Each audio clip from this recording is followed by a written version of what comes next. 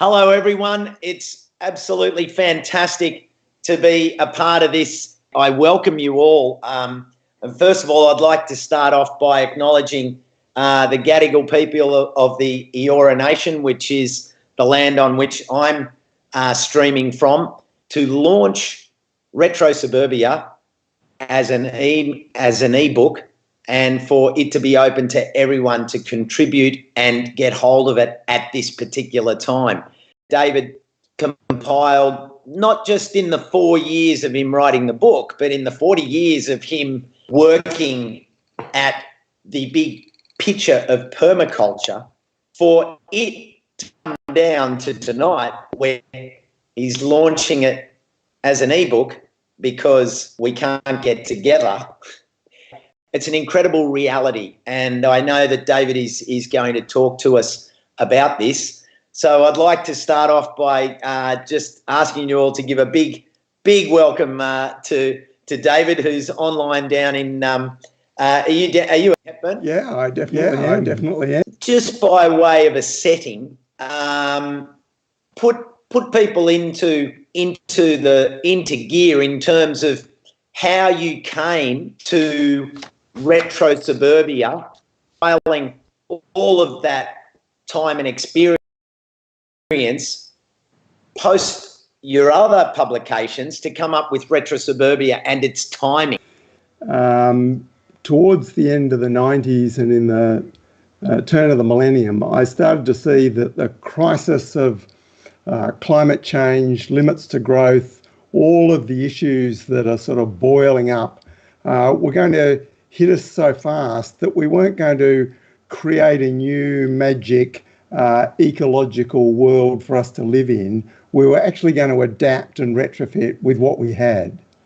And that really meant that people adapting where they already lived. And for most Australians and a lot of people in similar countries around the world, that is mostly suburbia. So this was also a bit of a journey for me from the, if you like, blank slate designing rural properties and eco-villages. Of course, those designs are never really a blank slate. Everywhere has a history, everywhere has a context. But that shift to, what about permaculture design where you're dealing with a context which is not ideal?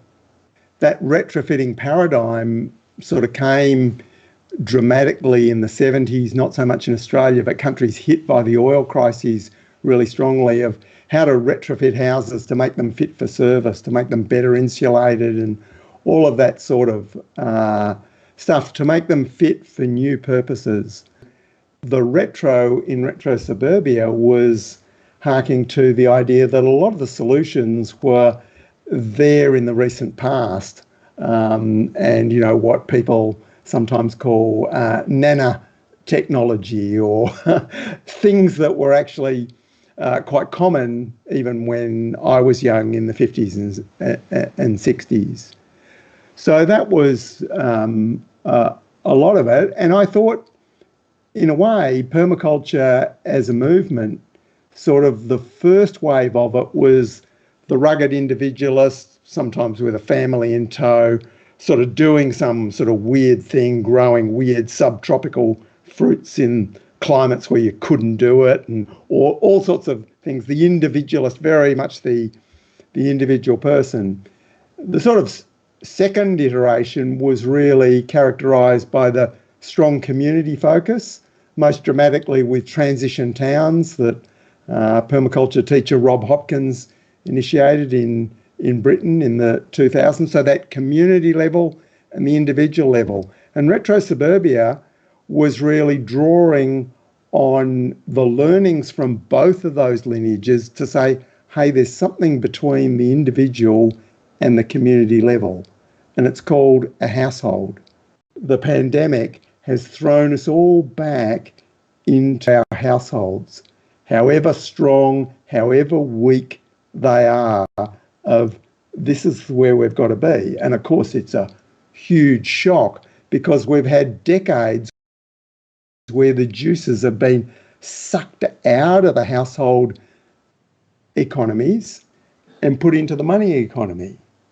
And so now we're actually having to go back and say, gee, we need to rebuild that bottom. Right at this point in time, we have this situation where everything you've been writing about is playing out in the suburbs around us. I'm seeing in my street, it's come back to life again. There's people walking the dog. There's kids, riding up and down on their bikes. People are out and about, and there's conversations, and the social distancing is happening, but there's actually life back in the streets. And you said an interesting thing, because I remember in my street back in the 80s when the first high fence went up, and that was the beginning of that distancing of the household to the street, because people had a garage door.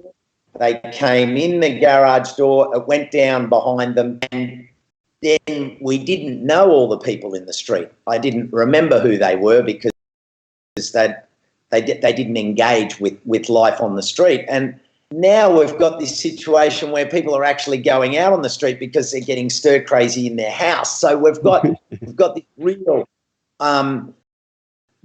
real opportunity to actually contextualize so many things about what you're talking about.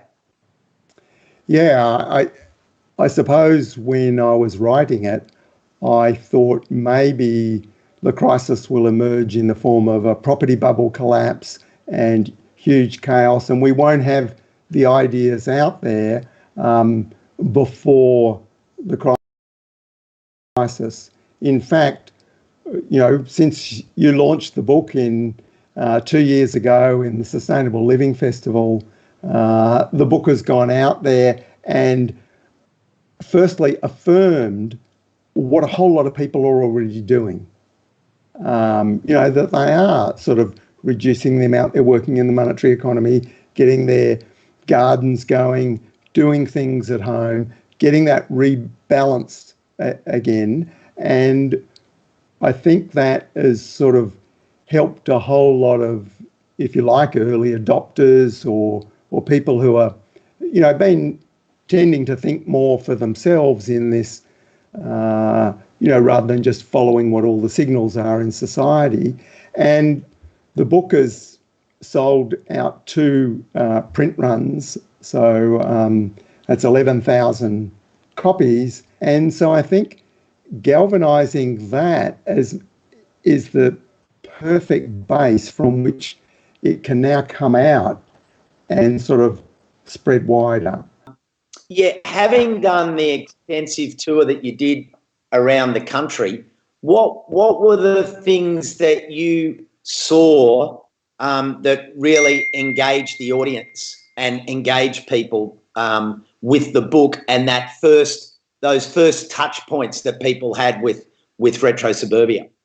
Yeah, well, I think the thing, of course, with that tour around the country, the big thing that I was doing was a little bit talking about the book, but it was really doing the presentation of my Aussie Street story, which is sort of really a permaculture soap opera starting in the 1950s with 4 houses and how those changed through the years, and then moving on into a future scenario, which was actually called the Second Great Depression of the 2020s.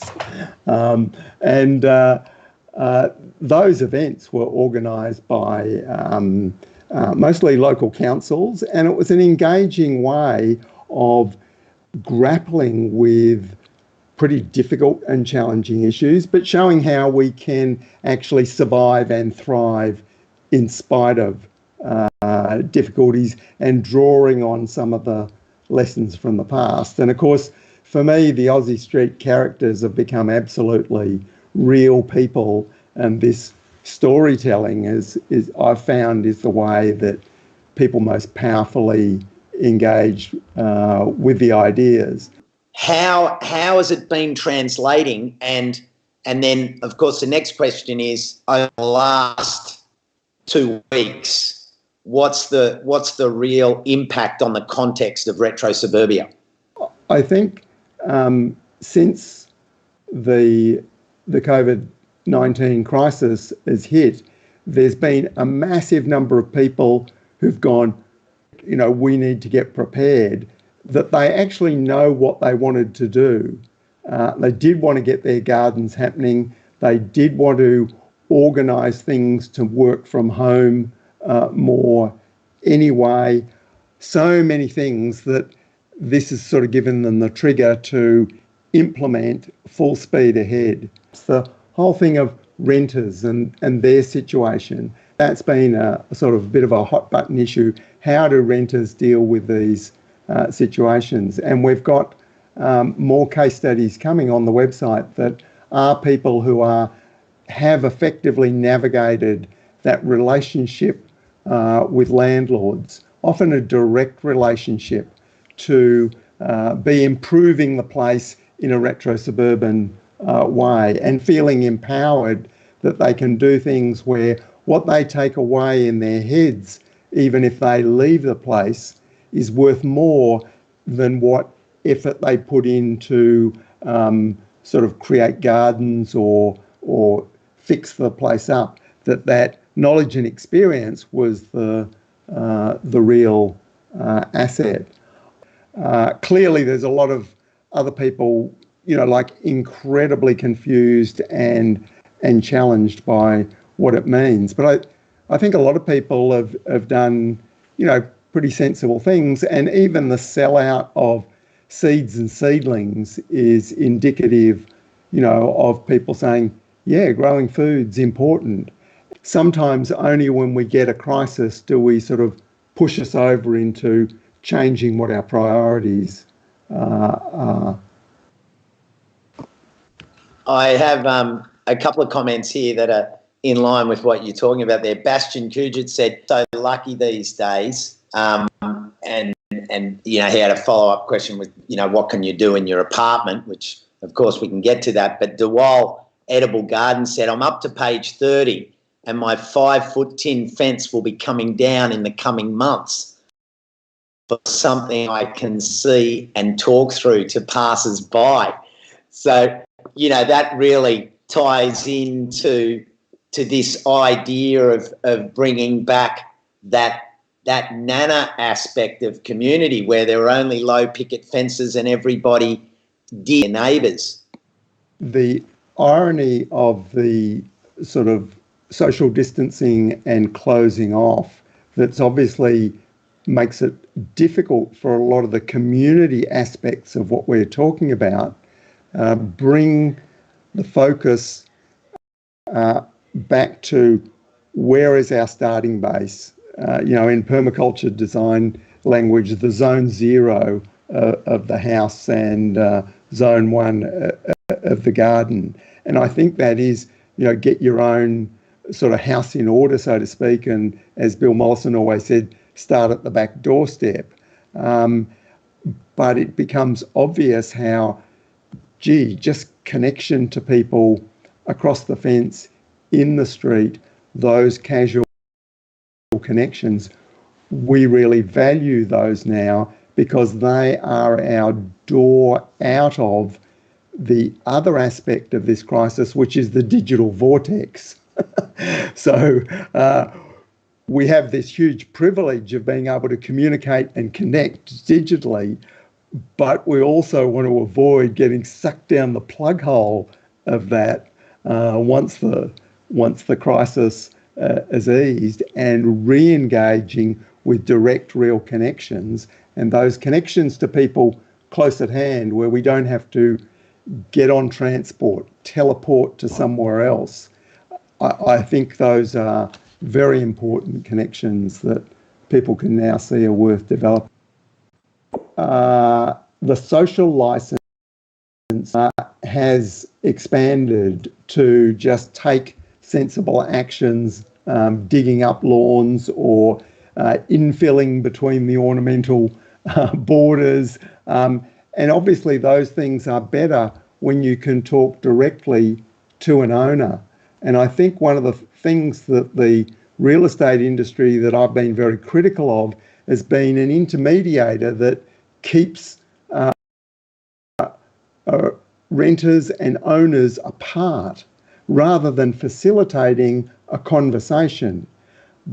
But the other side of it is, if this impact actually triggers a down spiral in the property bubble that we've had, then having long-term renters that functionally look after a place will be more valuable to an owner than keeping it looking spick and span for putting the property back on, flipping it back on the market. That world could unravel quite quickly, and for owners, having engaged long-term tenants who want to do something there could actually become the asset. But I think from a renter's point of view, they should definitely be pushing, because if we're stuck at home, surely our right to grow food is just as important or more important than lining up at Moles and Bullies at social distancing to file in to get a dose of industrial food. Anna Spatru came through with an interesting question for you. She said, how engaged are the local councils with the idea of suburban permaculture from your interaction with them so far?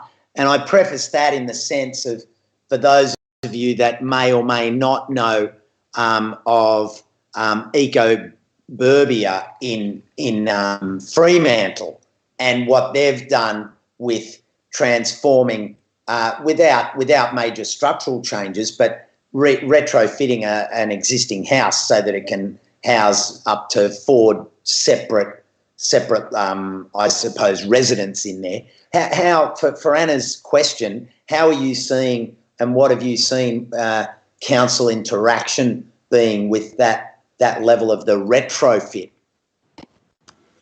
Yeah, it's an ambiguous dance where people are doing things that are pushing the boundaries, where they may have the social license, but maybe not exactly all the legal licenses, and working with councils and accepting that councils have got their rules, but we've got to push models to sort of change those. And they certainly did that with their goats walking around the neighbourhood, the sort of fairly fancy part of Fremantle in which they live, and that being an accepted an activity as walking the dog. I think we've found that working with councils in doing the Aussie Street presentations, certainly sustainability officers and even mayors and CEOs have been, what's the next thing we can do in terms of engaging with the population? Are we going to get any further by trying to get the majority of people to, change their light bulbs, do the recycling things that a certain percentage of the population are already doing? Or can we actually work in ways that engage other parts of the community that feel disconnected from the sustainability message to adopt it in their own ways? And a lot of them are finding that, yes, RetroSuburbia is a way to achieve.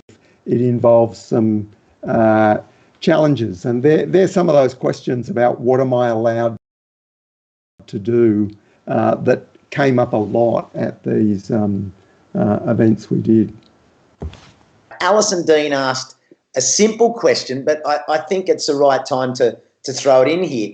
How do you see us keeping the Mentum moving, given we've got this supercharging of change going on, and we're not, it's interesting to think we're not going back to sort of normal transmission at the end of this period.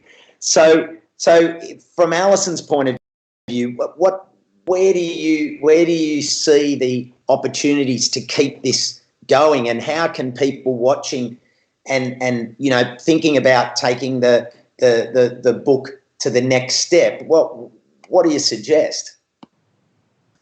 Yeah, I think first thing in the crisis is making those gentle connections with other people in your immediate neighbourhood that may have not been sort of so attracted to urban ideas, but, might be interested if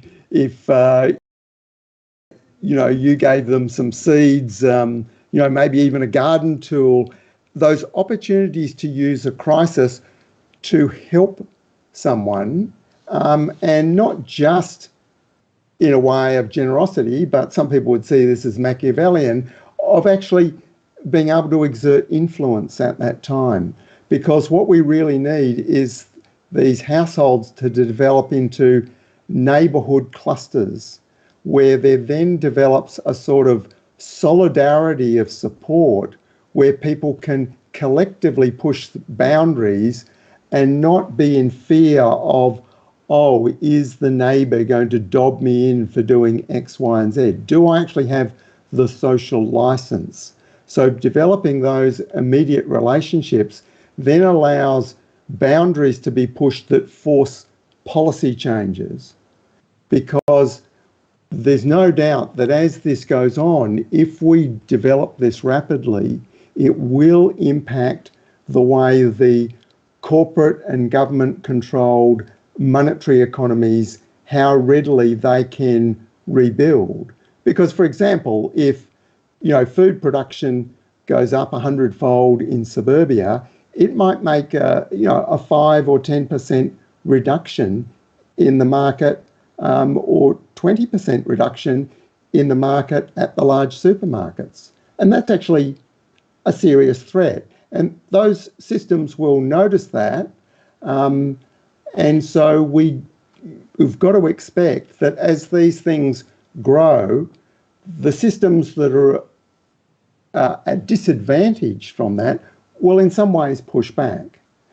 And so we see that there's an ability to bring the sort of solidarity that we associate with something like radical extinction rebellion, people prepared to chain themselves together and stop something happening.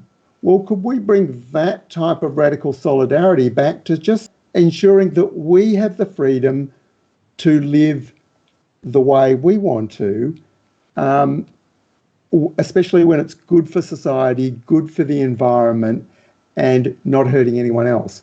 So I think that sort of solidarity, often people are doing these things and they feel very alone, they feel very cautious. So I see that lineage of solidarity, which dates right back to the late 19th century, the labour movements and everything.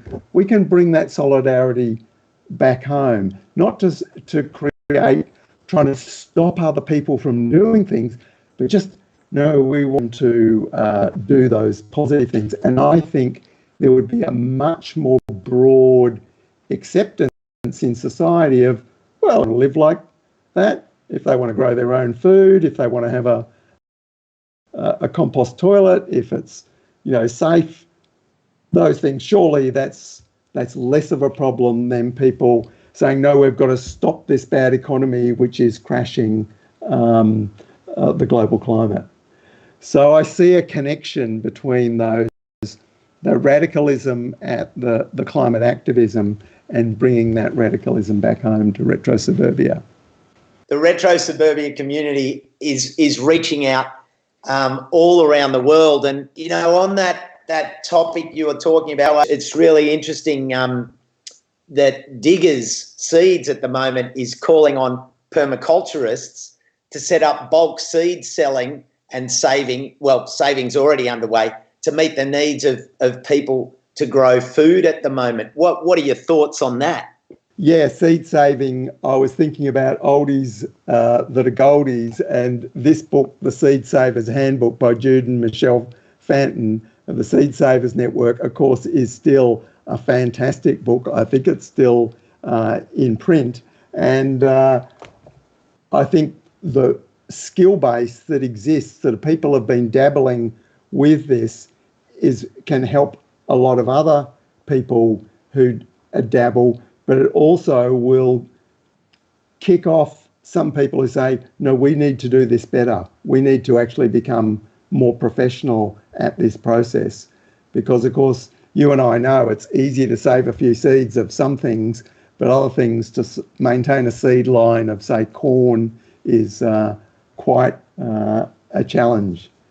I wanted to mention another book, and in terms of sponsors and supporters, Milkwood, these folks were sharing property with us in our extended household here. During the years we got that book together, and it was a fair bit of madness because they were producing this incredible book, which gives you a lot of the nitty-gritty details of just some subjects: mushrooms, beekeeping, seaweed, and wild food. And I think that level of detailed information and knowledge sharing is, of course, to the overview pattern of all of these issues that there is in RetroSuburbia. And I wanted to mention my Future Scenarios work, which is actually an online essay that's still up at the website. You can buy the book, but it's also another free shared thing. And wanted to acknowledge Adam Grubb. And of course, his book, the Weed Forager's Handbook with Annie Razor Rowland, is one of the Bibles. And of course, then this book, The Art of Frugal Hedonism, which the same authors, but it's really Annie's the lead author rather than Adam, has been an amazing hit. And it was our step into publishing books other than my own book. And this has been a real book that's changed a lot of people's thinking, the life hacks to live a better life now rather than being on the treadmill. So they're, some of the things that I, think are sort of helping with the understanding. And I wanted to move to another one, Carbon Civilization by Samuel Alexander from the Simplicity Institute and Melbourne Sustainable Society Institute. We're now starting to get the academic support for the ideas in RetroSuburbia, and especially with this one, Degrowth in the Suburbs by Sam Alexander and Brendan Gleeson. Brendan Gleeson is head of Melbourne Sustainable Society Institute. So there is, we're starting to get the sort of support at other levels, for a lot of this work. Morag Gamble's on from Our Permaculture Life. She was saying that she's been handing out survival packs to so many people of just bouquets of edibles and perennials, and it's not even affecting a garden. I mean, these are really simple things.